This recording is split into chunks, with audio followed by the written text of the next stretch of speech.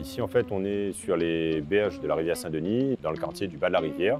Cet espace-là, il est connecté à la période esclavagiste à La Réunion parce que, essentiellement, pour son aménagement, ils travailleront des esclaves qui seront amenés par la Compagnie des Indes dans un processus qui va permettre d'équiper l'endroit, c'est-à-dire d'y construire tous les éléments dont la compagnie a besoin. Une loge pour le gouverneur entre 1735 et 1738, une zone de quai qui est ici, un pont qui sera aménagé en fait sous Maël Abandonné directement.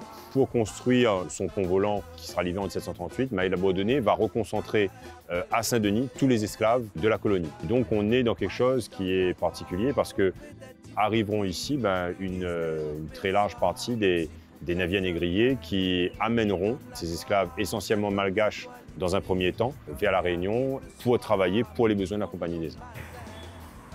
Ici, le canal des Moulins, qui servait à l'époque à fabriquer de la farine. Et il va servir aussi en fait, à alimenter un autre bâtiment qui est derrière moi, qui est une partie en fait, de la tannerie de Saint-Denis. Vous avez des zones en fait, où on a des zones qui sont ouvrières, techniques.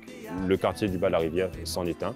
Des zones en fait, où on a un habitat sous forme de concession qui se développe plutôt pour des libres. Et une zone qui est réservée aux esclaves, qui est la zone des camps, qui se construit lui en périphérie. Donc on démarre des Rampouzous et on va jusqu'au quartier de Vauban en suivant le ruisseau des Noirs. Et donc en traversant le quartier de la Souze, des Camélias, Boucan-Launay, et on redescend en fait après vers Vauban.